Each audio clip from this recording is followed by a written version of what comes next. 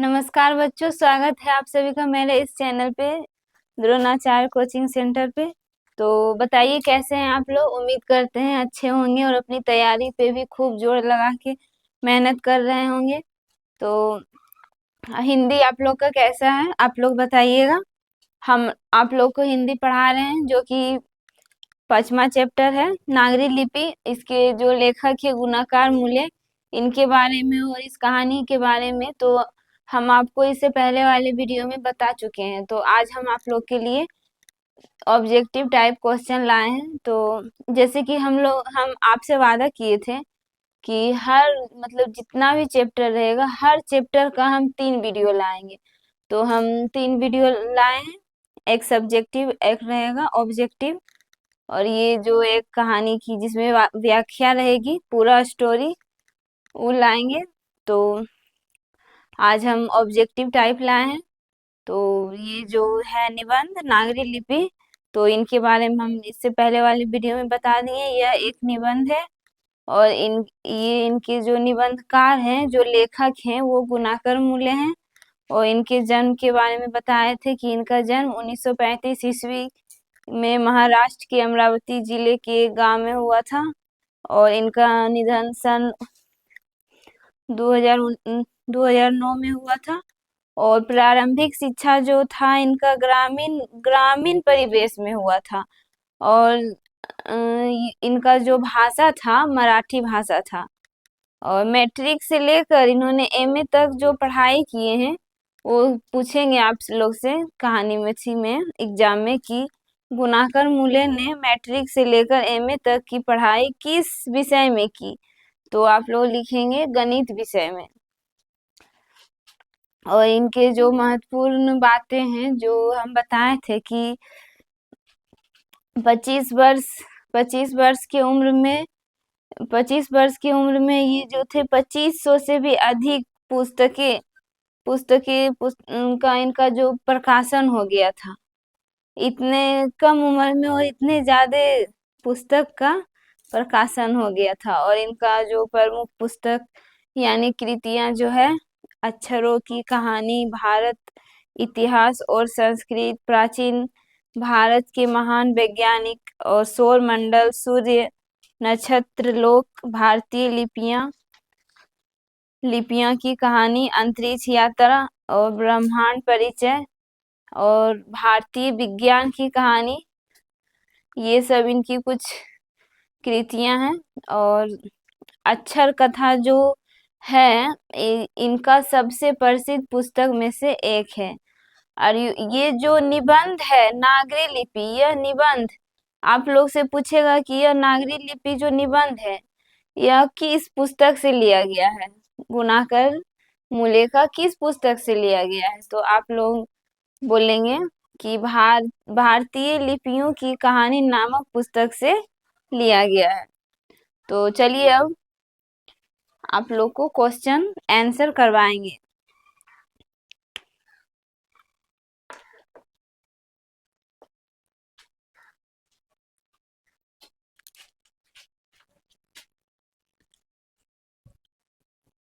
नागरी लिपि के निबंधकार हैं। तो बताइए, नागरी लिपि के निबंधकार हैं गुणाकर मूल्य।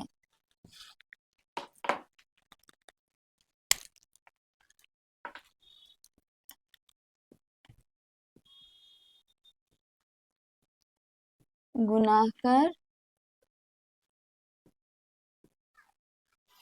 मूल्य। और हमारा नेक्स्ट क्वेश्चन है कि नागरी लिपि शीर्षक पाठ साहित्य की कौन सी विधा है।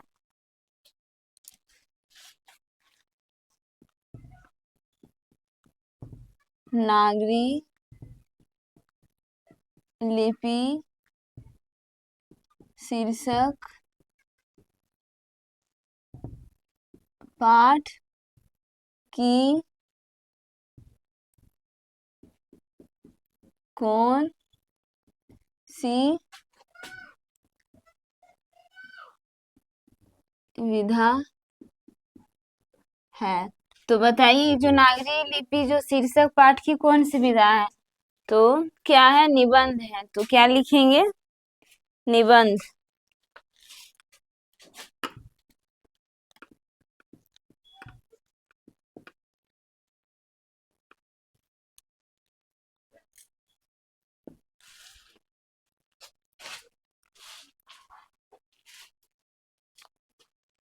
और नेक्स्ट क्वेश्चन है, गुणाकर मूल्य द्वारा रचित कौन सी निबंध है? गुणाकर मूल्य द्वारा रचित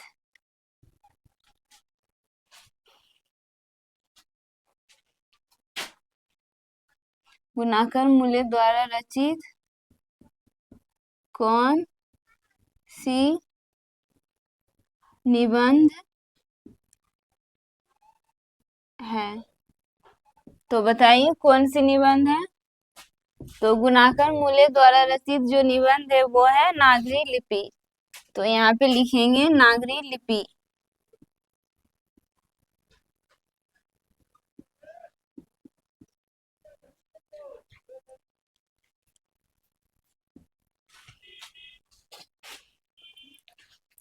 नेक्स्ट क्वेश्चन है,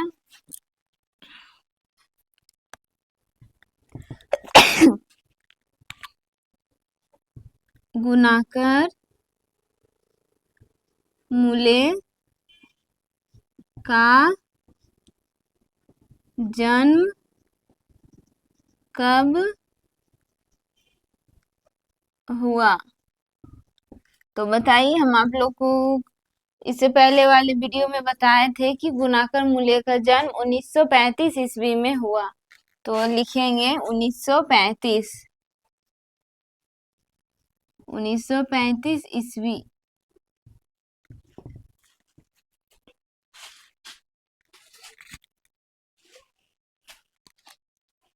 नेक्स्ट क्वेश्चन है, नागरी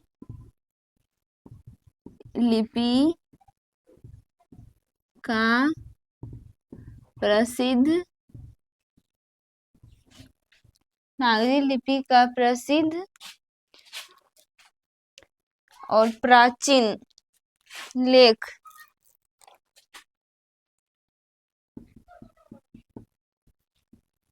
प्राचीन लेख किस प्रदेश से मिलते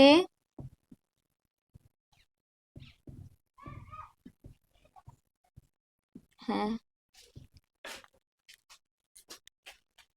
तो बताइए नागरी लिपि का जो ये प्रसिद्ध लेख और जो प्राचीन लेख है ये किस प्रदेश से मिलते हैं? तो लिखेंगे दक्कन प्रदेश।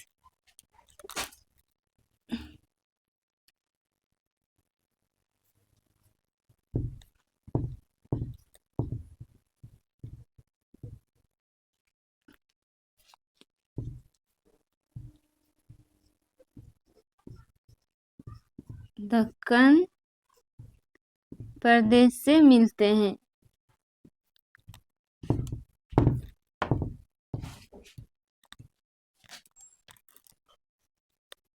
नेक्स्ट क्वेश्चन है, नागरी लिपि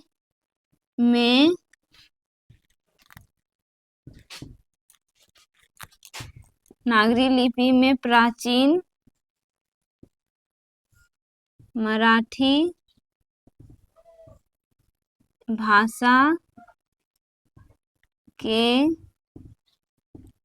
लेख मिलने लग जाते हैं।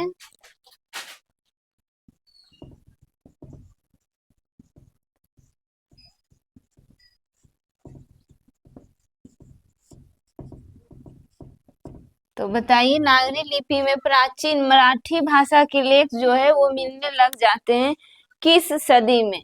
तो आप लोग बताइए किस सदी में। आप लोग कहानी पढ़े होंगे तो उसमें लिखा होगा कि 11वीं सदी।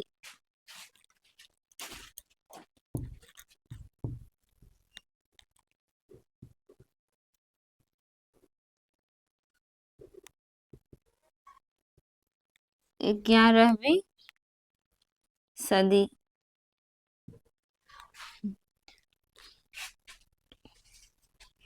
और नेक्स्ट क्वेश्चन है उत्तर भारत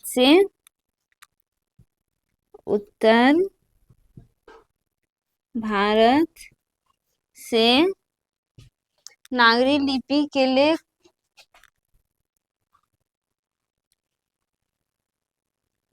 नागरी लिपि के लेख मिलने लगते हैं।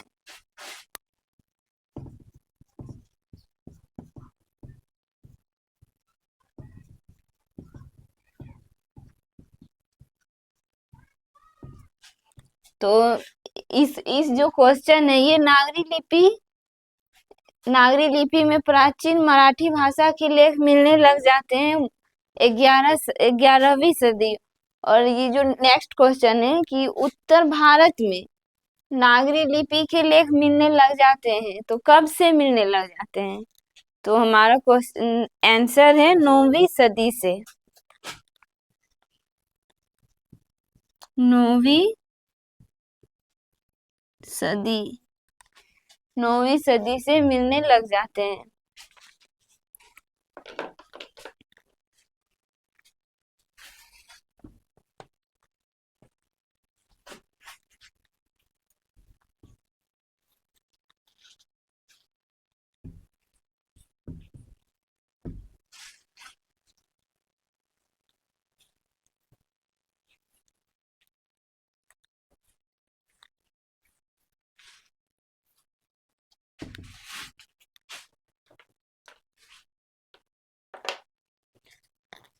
हमारा क्वेश्चन है हिंदी के आदि कवि हैं। तो बताइए हिंदी के जो आदि कवि हैं वो कौन है। तो इसका आंसर होगा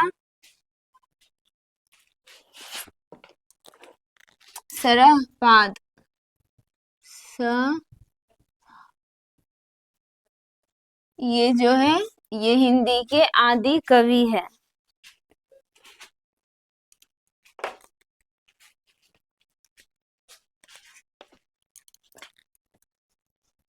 अगला क्वेश्चन है 12वीं सदी के केरल के शासकों के केरल के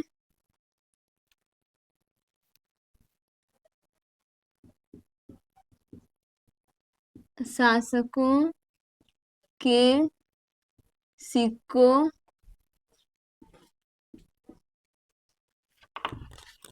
12वीं सदी के केरल के शासकों के सिक्कों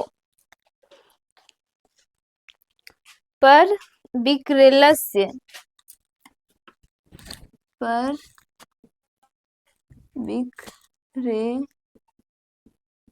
विक्रलस्य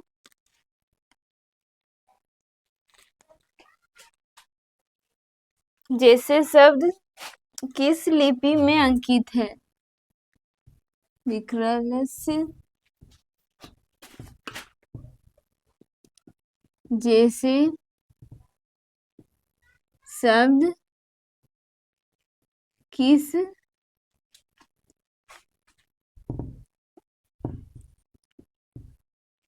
भाषा में अंकित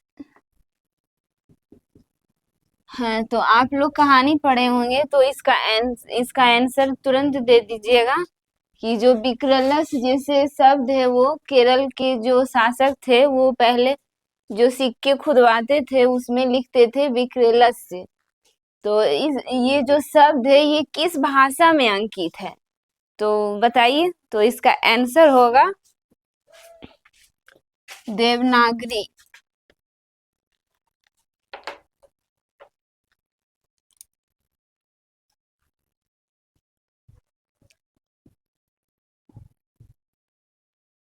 देवनागरी लिपि में अंकित है।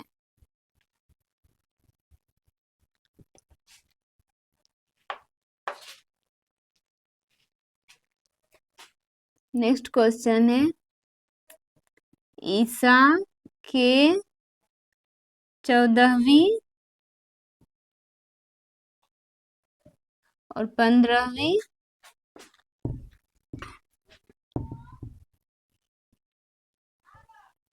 15वीं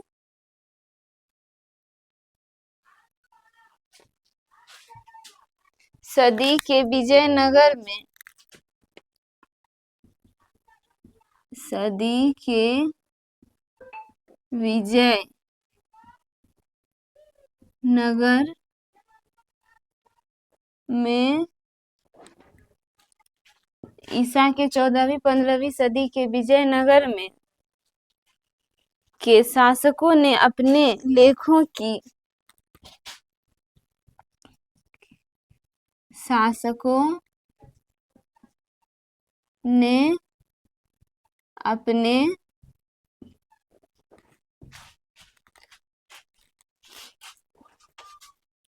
अपने लेखों की लिपि में क्या कहा था?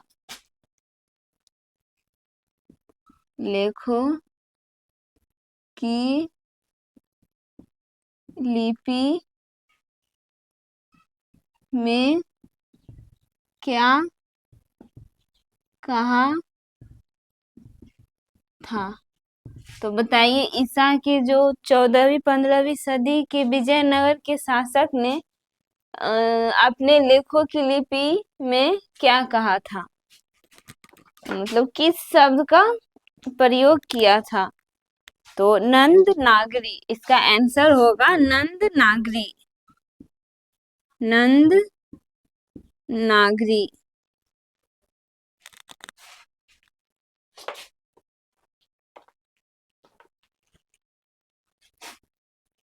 नेक्स्ट क्वेश्चन है कि बेतवा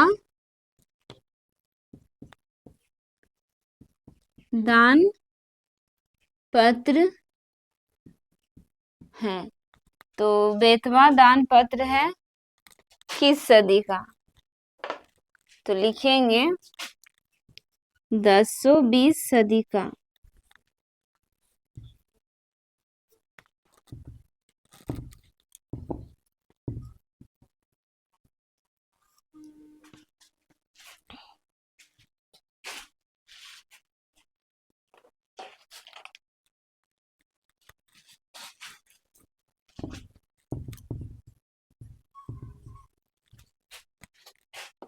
और हमारा नेक्स्ट क्वेश्चन है गुणाकर मूले ने अपनी किस पुस्तक में संसार के प्राय गुणाकर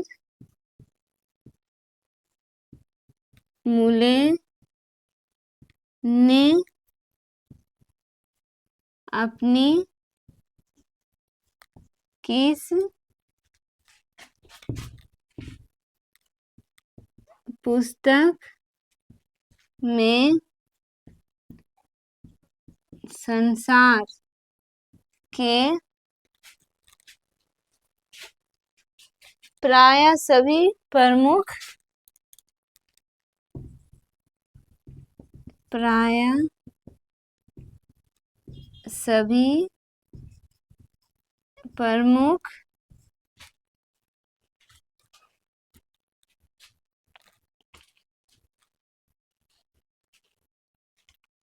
पुरालिपियों की विस्तृत जानकारी दी है। पुरालिपियों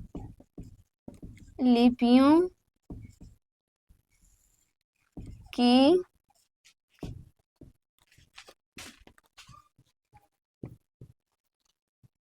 विस्तृत जानकारियां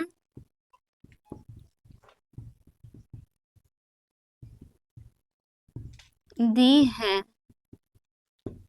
तो बताइए, जो गुणाकर मूले की जो पुस्तक है, संसार की प्राय सभी प्रमुख, किस पुस्तक में जो संसार की प्राय सभी प्रमुख पुरालिपियों की विस्तृत जानकारी दी है, इनका कौन सा पुस्तक है?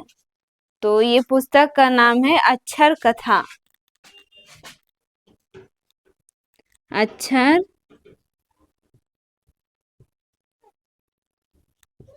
कथा। और हमारा नेक्स्ट क्वेश्चन है हमारा कि महमूद गजनवी के बाद महमूद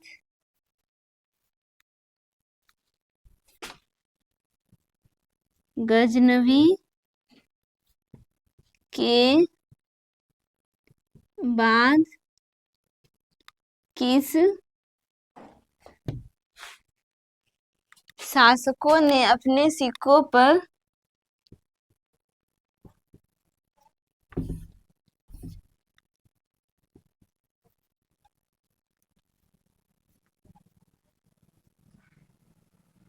ने अपने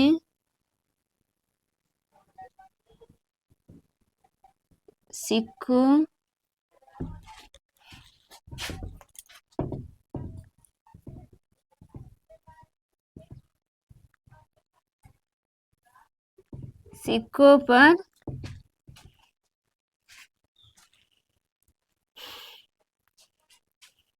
नागरी शब्द खुदवाए। नागरी शब्द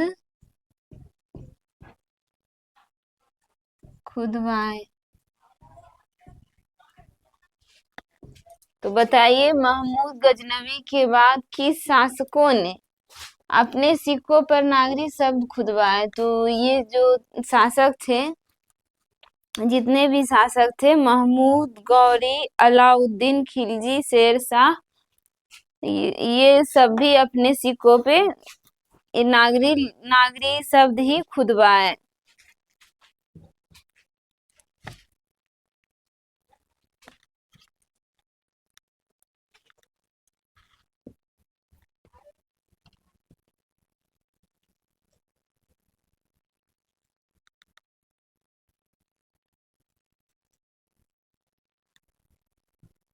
मोहम्मद गौरी और अलाउद्दीन खिलजी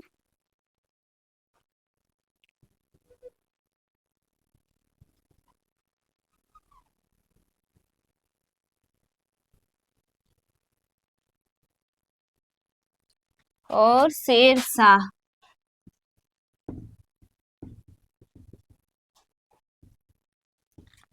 मोहम्मद गौरी और अलाउद्दीन खिलजी, शेर शाह, जितने भी शासक आए, उन्होंने अपने सिक्के पे नागरी शब्द का ही प्रयोग किए थे।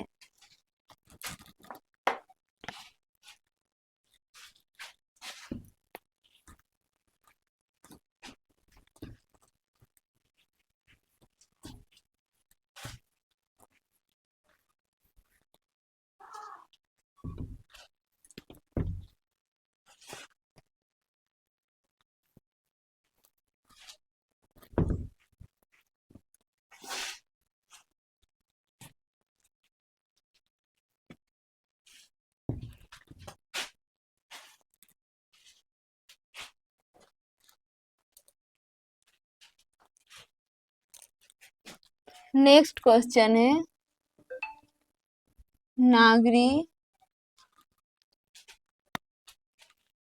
नागरी लिपि के आरंभिक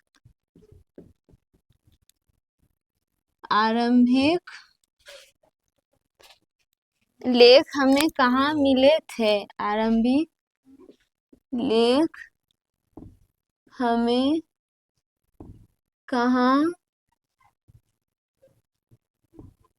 मिले थे? तो ये नागरी लिपि का जो है लेख, आरंभिक लेख हमें कहाँ मिले थे? तो इसका आंसर होगा दक्षिण भारत में।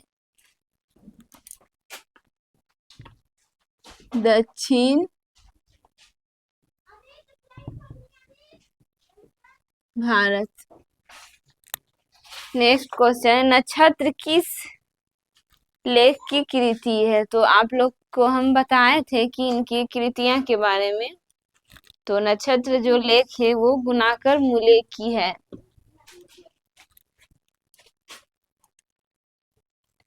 नक्षत्र किस लेख की लिपि है? तो आंसर होगा गुणाकर मूले।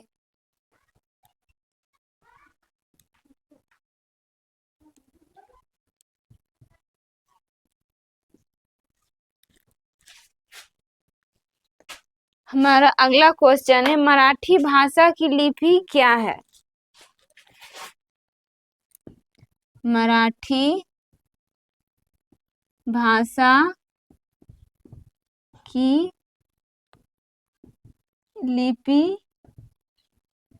क्या है? तो आंसर होगा देवनागरी लिपि। देवनागरी लिपि। ये जो देवनागरी लिपि है वो भारत के चारों कोनों में फैले हुए हैं। दक्षिण भारत में, उत्तरी भारत में, पूर्वी भारत में और पश्चिमी भारत में, चारों मतलब चारों तरफ फैले हुए हैं। और अगला क्वेश्चन है, धारा नागरी की, धारा नागरी के कौन परमार शासक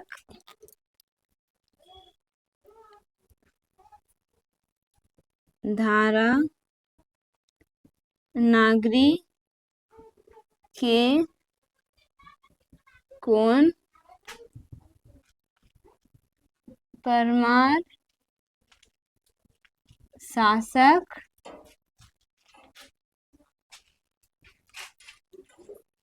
विदानुरागी थे?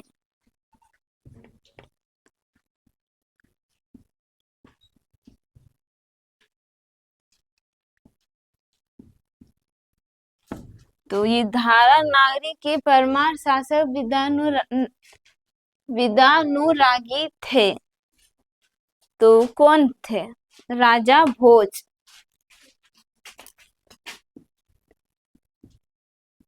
राजा राजा भोज। और हमारा अगला क्वेश्चन है, रामायण की रचना किस भाषा में है? रामायण की रचना किस भाषा में है? तो संस्कृत भाषा में है।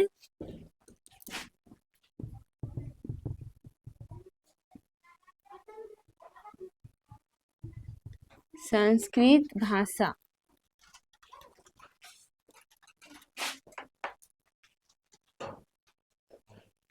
तो हमारा क्वेश्चन है कि तमिल, मलयालम, तेलुगु, कन्नड़ भाषाएं हैं, मतलब कहाँ की है? कौन सी भारत की? दक्षिण भारत या उत्तरी भारत? तमिल, मलयालम,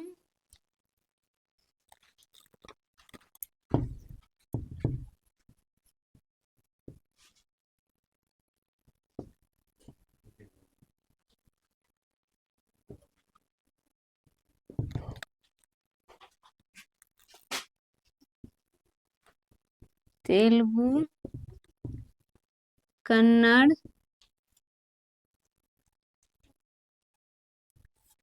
तमिल, मलयालम, तेलुगु, कन्नड़, ये जो भाषाएं हैं कहाँ की है? कहाँ की है?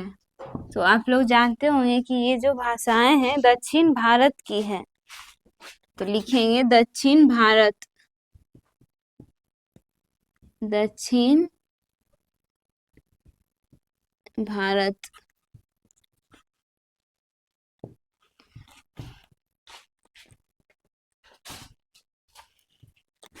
नेक्स्ट क्वेश्चन है, पहली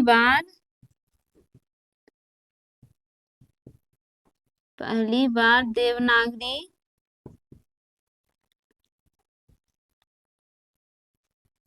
लिपि के टाइप बने तो कब बने? 200 सदी पहले, 200 सदी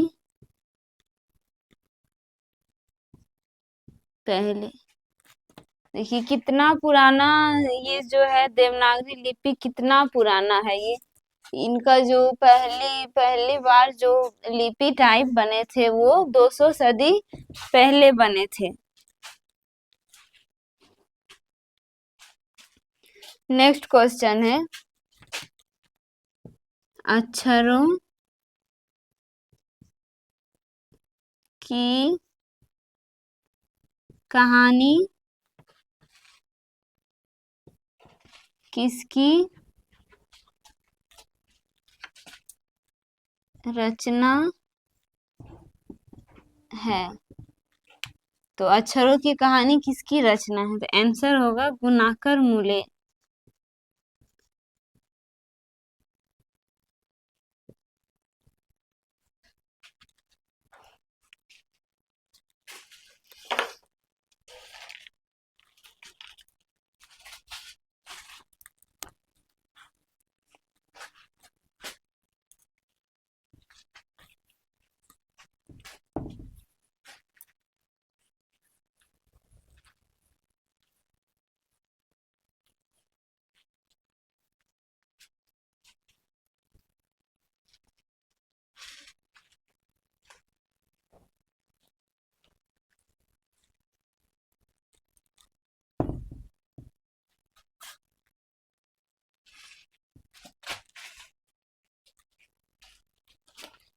हमारा अगला क्वेश्चन है, नागरी लिपि निबंध किस पुस्तक से लिया गया है?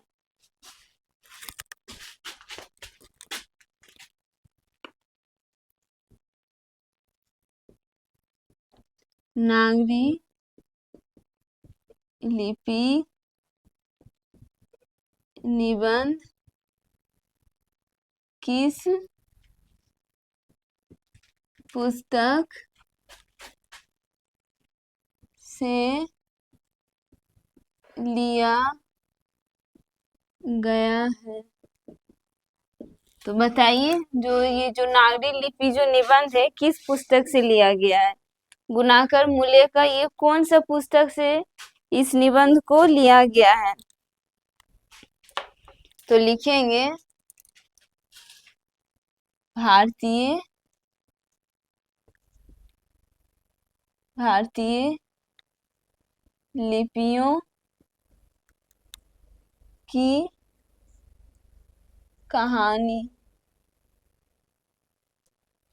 भारतीय लिपियों नामक की कहानी से इस निबंध को लिया गया है। तो आप लोग एक बार इस निबंध को अच्छे से पढ़ लीजिएगा।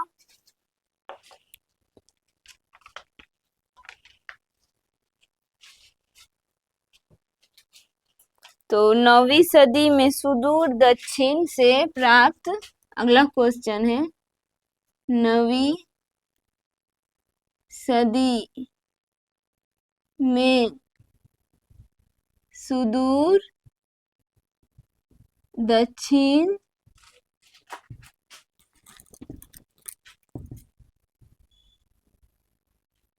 दक्षिण से प्राप्त वर्गुण का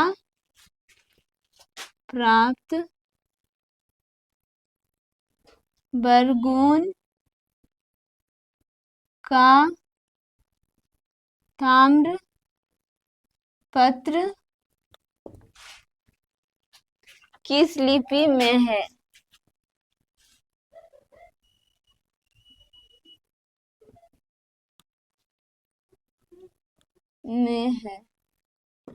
तो बताइए जो है ये क्वेश्चन कि 9वीं सदी में सुदूर दक्षिण से प्राप्त बरगुन का ताम्रपत्र किस लिपि में है? तो इसका आंसर होगा कि नागरी लिपि। हम पढ़ क्या रहे हैं? नागरी लिपि। तो लिखेंगे नागरी लिपि। नेक्स्ट क्वेश्चन है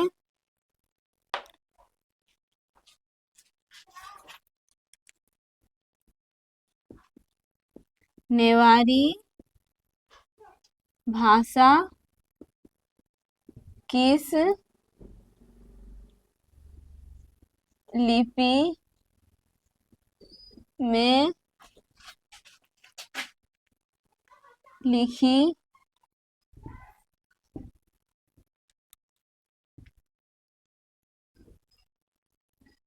जाती है? तो ये जो नेवारी भाषा है किस लिपि में लिखी जाती है? तो हम लिखेंगे देवनागरी लिपि। देवनागरी लिपि। अगला क्वेश्चन है हिंदी तथा इसकी विविध बोलियां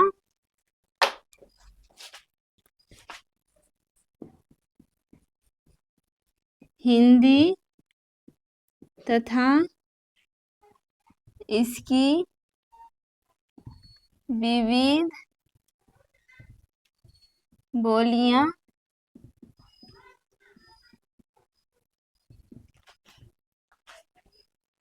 किस लिपि में लिखी जाती है? किस लिपि में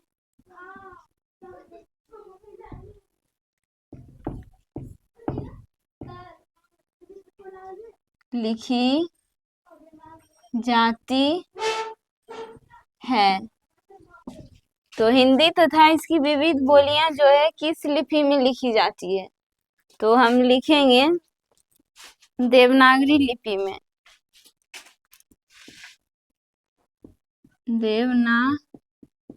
देवनागरी लिपि।